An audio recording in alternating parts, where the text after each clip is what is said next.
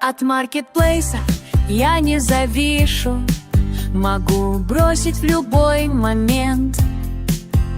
Покупаю там нужные вещи, четко планируя бюджет. Всегда следую списку покупок, в моей корзине лишнего нет.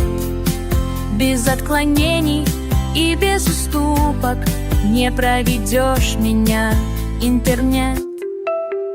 В корзину я кладу хоккей для туалета, игрушку лабубу и сустав человека, сосновую шишку, палку для крапивы, кусочек Москвы. И что же я забыла?